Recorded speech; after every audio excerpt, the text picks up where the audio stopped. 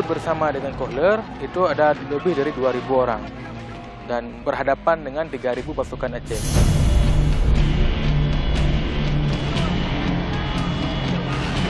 Kalau misalnya ada sebuah kepercayaan yang diberikan akhirnya dikhianati, itu ditamsilkan ibarat seperti panglima timbang.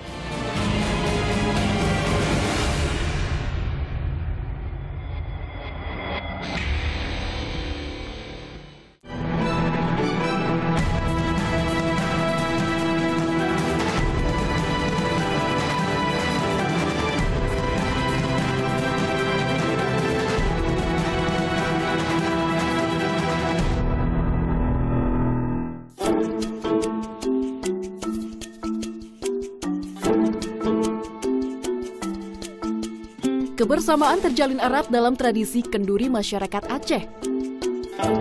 Ya, tradisi kenduri atau makan bersama dengan sajian berbagai lauk pauk khas Aceh ini bertujuan meningkatkan tali silaturahmi. Kenduri merupakan filosofi masyarakat Aceh, yaitu persaudaraan erat antar sesama. Ini pula yang dibuktikan masyarakat tanah Rencong saat berjuang melawan ketidakadilan. Perang Aceh memiliki sejarah yang tak lepas dari kemerdekaan bangsa Indonesia.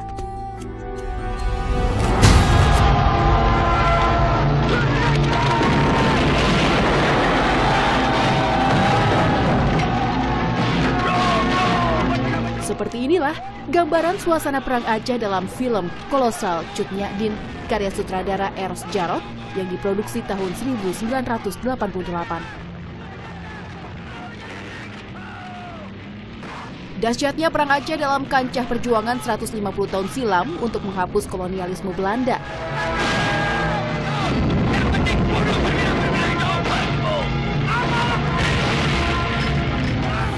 Perang Aceh adalah perang terlama di Nusantara dalam melawan kolonialisme. Diplomasi adalah kunci penting bagi Kesultanan Aceh untuk menjalin kerjasama dengan bangsa asing. Lalu faktor apa saja yang membuat kawasan ini begitu sulit ditaklukkan di abad 18 hingga ke-19? Ikuti penelusuran menggali cerita lebih dalam mengenai Perang Aceh yang berlangsung selama 31 tahun.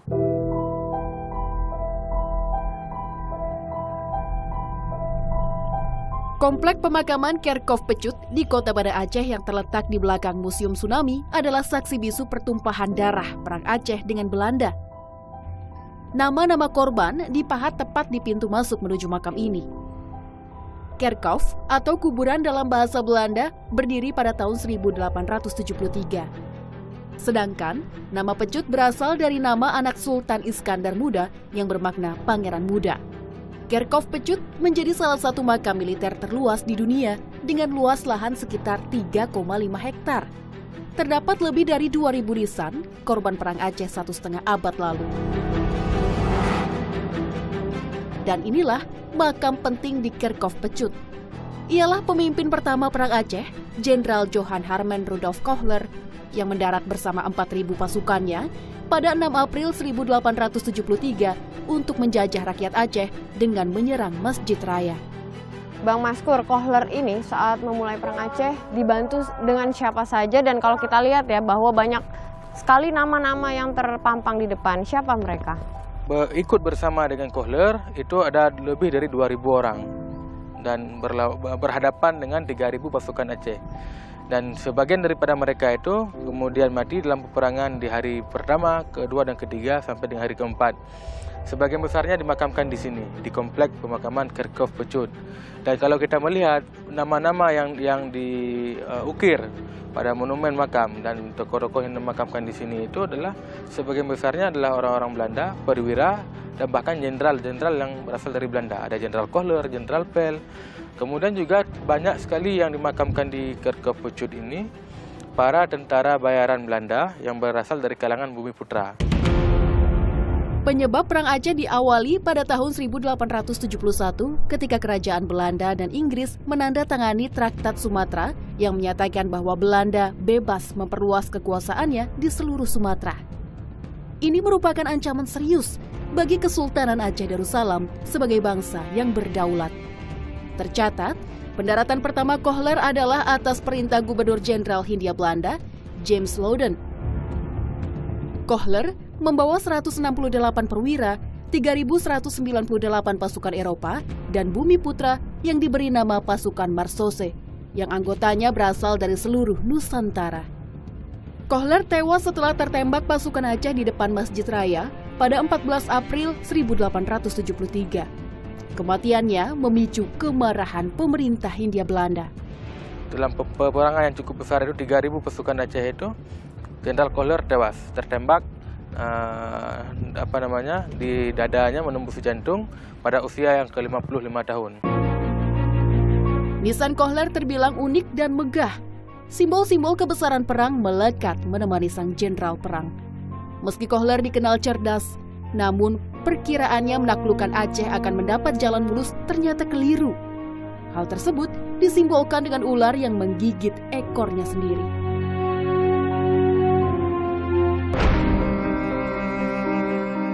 Perang Aceh atau yang disebut sebagai Perang Kompeni dan Perang Sabi menghabiskan dana 16 juta gulden atau setara dengan 6 triliun rupiah pada saat ini.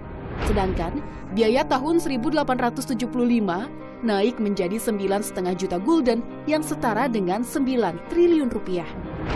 Hingga awal 1880, kerugian Belanda akibat perang ini mencapai lebih dari 115 juta gulden. Masjid Raya Baitur Rahman yang dibangun tahun 1612 oleh Sultan Iskandar Muda Mahkota Alam adalah kubu pertahanan terkuat bagi pejuang Aceh. Menilik sejarah Perang Aceh lebih dalam, saya dan Maskur, anggota Masyarakat Peduli Sejarah Aceh, melanjutkan perjalanan menuju tempat kejadian tertembaknya Jenderal Kohler. 14 April 1873, Jenderal Kohler, pemimpin berkebangsaan Belanda yang memimpin ekspedisi pertama Perang Aceh, tewas tertembak. Lokasinya adalah tepat di bawah pohon ini, dan pohon ini juga persis di depan Masjid Baitur Rahman. Bang Maskur, waktu itu penembakan Kohler ini bagaimana kronologinya? Di sini adalah kawasan ataupun tempat perterangan sengit antara orang Belanda dengan orang Aceh. Nah, Kohler tertembak pas di bawah pohon gelumpang, bahasanya pohon gelumpang yang kemudian dilakap dengan pohon Kohler. Arah pelurunya dari arah selatan, seberang selatan Sungai Aceh, itu menghadap salah seorang sniper Aceh di sana, itu menembak, membidik Kohler dan terkena di bagian dadanya. Nah, pada saat itu dia mengatakan, "Oh Tuhan, aku tertembak." Dalam catatan literatur Perang Aceh, nama Teuku Imam Lengbata adalah seorang panglima Perang Aceh yang diduga sebagai penembak Kohler. Selain menjadi tempat ibadah, masjid ini juga menjadi pusat pendidikan Islam sejak abad ke-17. Satu hal juga yang menarik saya ingin katakan bahwa dalam masa perang ekspedisi pertama, juga salah satu korbannya itu adalah Imam Masjid Raya Baitur Rahman, yang pada saat itu beliau memeluk mushaf Al-Quran, dan mushaf itu berlumuran darah dan kemudian hari ini disimpan di Leiden. Museum Negeri Aceh di Kota Banda Aceh berumur 105 tahun ini menyimpan cerita heroik dan peninggalan para pejuang Aceh. Wani, kurator museum, menunjukkan lukisan besar yang menceritakan pendaratan agresi militer Belanda ke Aceh pada 9 Desember 1873. Ya, ini adalah gambaran betapa dahsyatnya Perang Aceh pada tahun 1873. Dan ini adalah gambaran pada saat agresi kedua Perang Aceh. Kak Wani, berdasarkan apa gambar ini, Kak? Berdasarkan itu ya tulisan Belanda tentang datangnya pasukan Belanda yang kedua kali, agresi kedua. Setelah yang pertama gagal di bulan April, datang lagi di bulan Desember, berhasil memukul mundur pasukan Aceh. Ini datang yang kedua kali ini sudah ditunggu sama pejuang Aceh, dan mereka berhasil memukul mundur sampai ke depan Masjid Raya dan akhirnya membakar Masjid Raya. Dendam Belanda semakin memanas. Pasukan Belanda yang hampir terkoyak akhirnya membakar Masjid Kesultanan Aceh di bawah pimpinan Jenderal Van Swieten.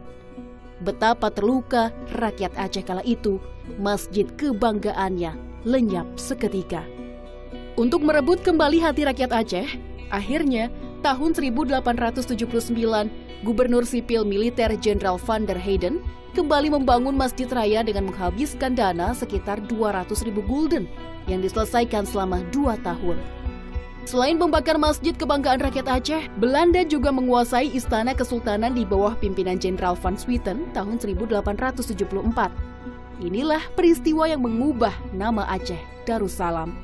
Sebelumnya, nama kerajaannya Aceh Darussalam, nama istananya Darud Dunia, nama kotanya adalah Bandar Aceh Darussalam.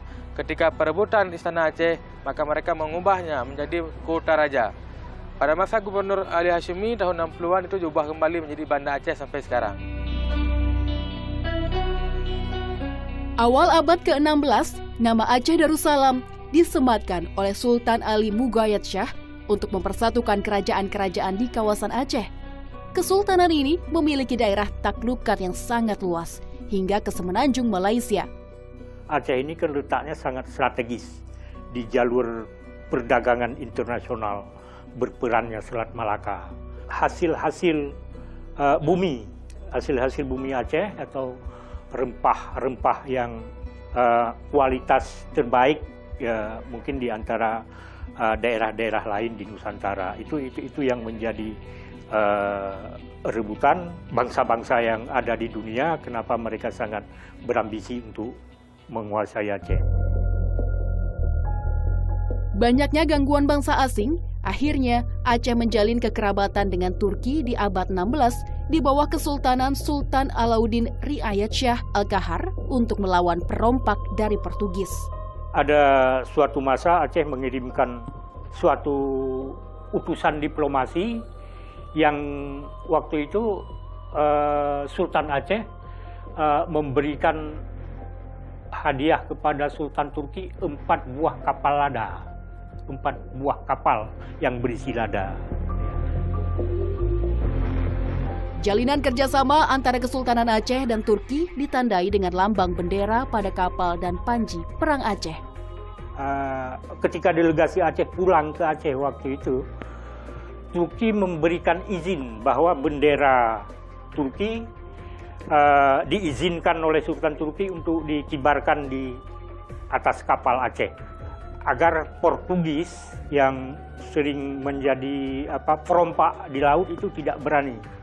Bendera Aceh yang dikatakan alam pedeng itu, jadi inspirasinya itu dari bendera Turki.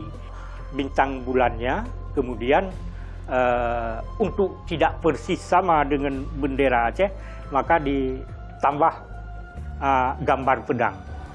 Merah itu biasa dipakai di waktu perang. Kondisi keras kerajaan jadi perang gitu, tapi ketika damai dia pakai warna putih. Itu yang saya tahu. Bendera putih dengan gambar pedang terhunus yang dimaksud masih tersimpan di Museum Aceh hingga kini. Sadar wilayahnya mulai terancam oleh bangsa asing yang ingin merebut Bandar Aceh, Kesultanan makin memperluas jalinan kerjasama dengan Turki.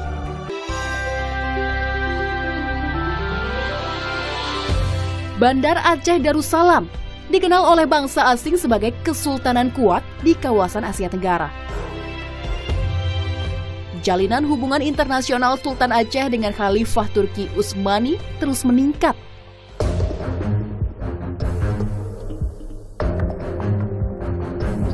Mashkur, pendiri museum yang telah meneliti sejumlah surat dan dokumentasi, mengungkapkan 20 tahun sebelum terjadinya Perang Aceh tahun 1873, Sultan Mansur Shah mengirim seorang diplomat bernama Muhammad Quds Saiful Alam Shah menghadap Sultan Abdul Majid Khalifah Turki Utsmani.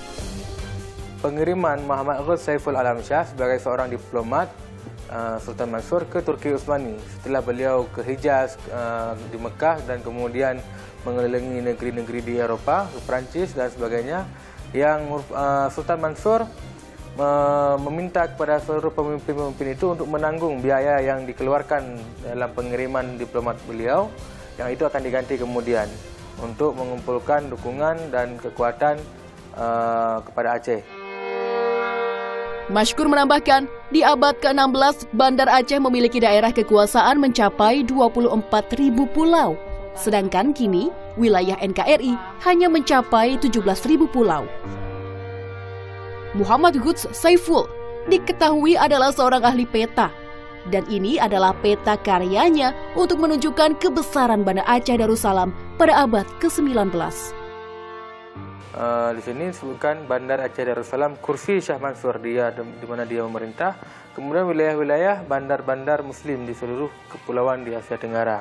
Bahkan menariknya, kita lihat di semua bandar-bandar ini, terutama bandar yang paling besar, Sultan Mansur menempatkan seorang wazir. Wazir itu semacam menteri atau perwakilan. Apakah ini juga menjadi bukti bahwa mereka dengan berhubungan dengan Turki Utsmani, dengan mengirim surat dengan bangsa lain, itu bisa jadi bukti bahwa diplomasi antara Kesultanan Aceh dengan pihak luar itu sangat kuat? Nah, ini kita lihat kan memang bukan yang pertama kalinya. Bahkan pada abad ke-16 kita sudah menjalin hubungan yang kuat dengan Turki Utsmani ketika menyerang Portugis di Malaka.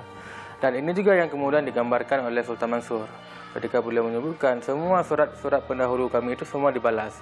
Nah, karena alasan itulah kemudian Aceh dengan loyalitasnya kepada Turki Utsmani kembali mengirimkan surat kepada Khalifah. Kesultanan Aceh yang terus berusaha meminta bantuan kepada pihak luar berpacu dengan waktu hingga datangnya Jenderal Kohler menyerang Aceh pada April 1873, perang terdahsyat di Nusantara. Selain ke Turki Utsmani, Kesultanan juga mengirimkan surat ke Inggris dan Perancis. Waktu itu apa yang diminta oleh Kesultanan dan apa isi suratnya, Bang?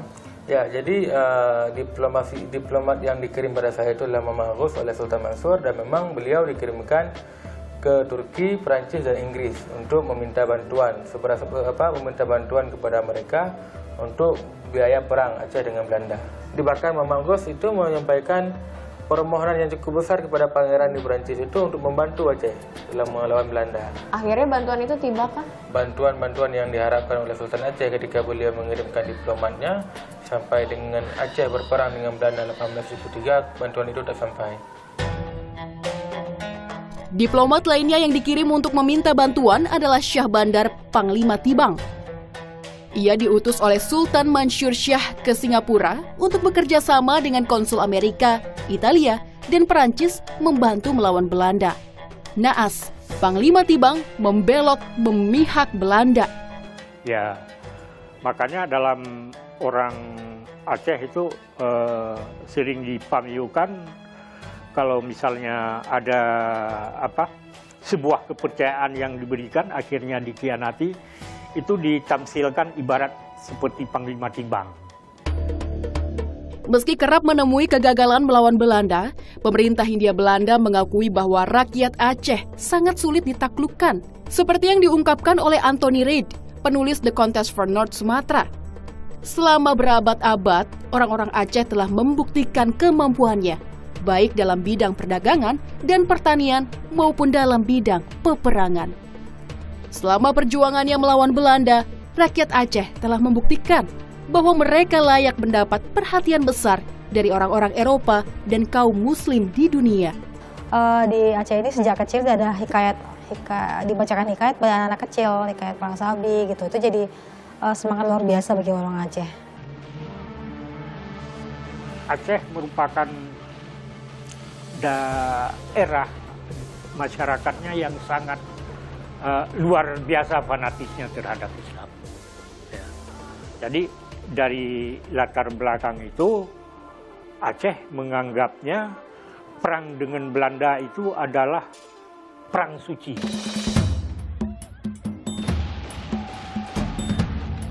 Setelah fase perang di akhir tahun 1800 berakhir, peperangan terus berlanjut. Hubungan diplomasi kesultanan mengalami kegagalan, dan politik adu domba Belanda digencarkan terus-menerus. Namun, para pejuang terus melebarkan sayap di seluruh pelosok hingga Jepang datang pada tahun 1942. Ya, inilah kronik terbesar dalam sejarah Indonesia dalam menaklukkan kolonialisme dan imperialisme di tanah air.